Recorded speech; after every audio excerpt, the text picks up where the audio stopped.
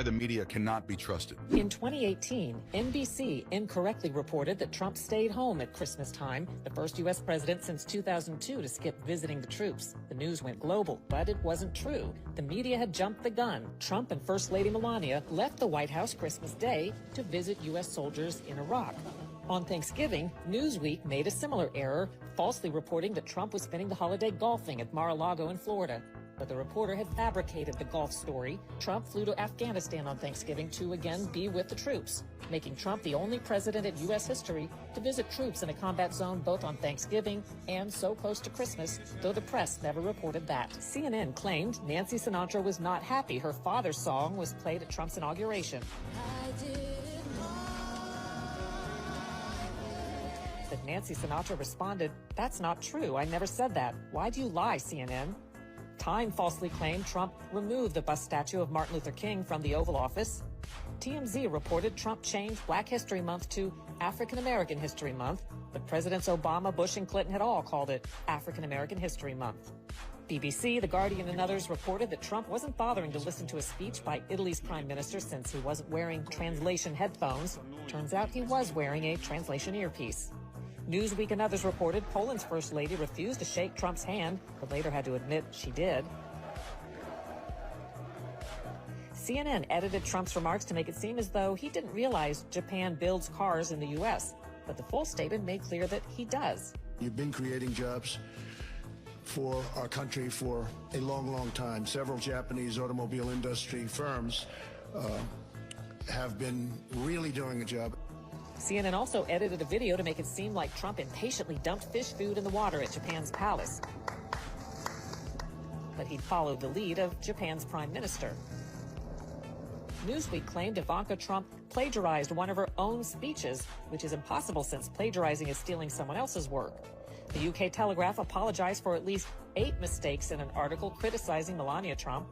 The New York Times, AP, CNN, and others excerpted a Trump comment as if he'd called all illegal immigrants animals. These aren't people. These are animals.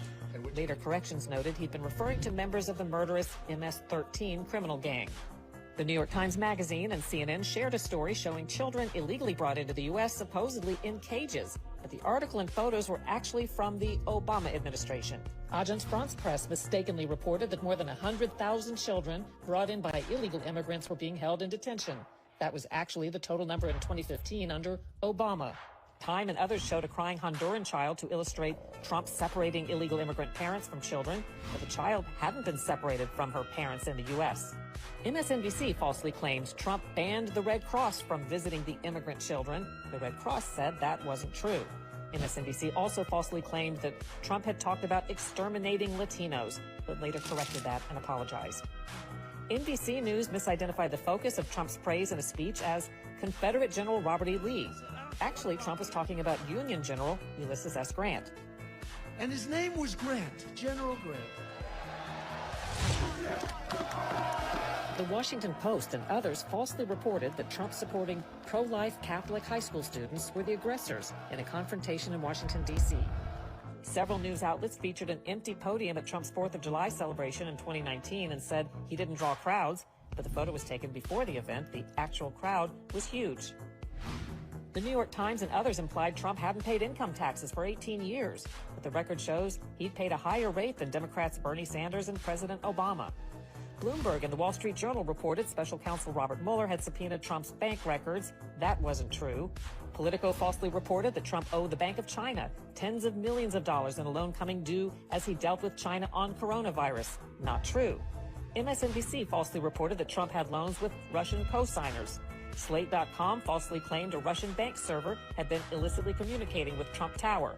And the New York Times, CNN, MSNBC, and many others falsely reported that the Hunter Biden laptop scandal story was unsubstantiated or Russian disinformation.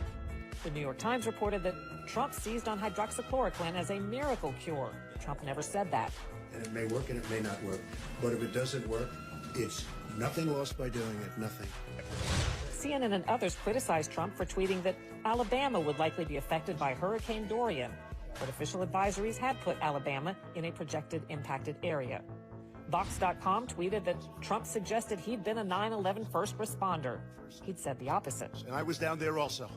but I'm not considering myself a first responder. Multiple media falsely claimed Trump was golfing during a U.S. raid that captured the head of ISIS in Syria, and that a White House photo of Trump had been staged. But Trump was at the White House. ABC aired video showing what it called a slaughter against Kurds by Turkey after Trump withdrew U.S. troops, but the video was file tape of a training show in the U.S.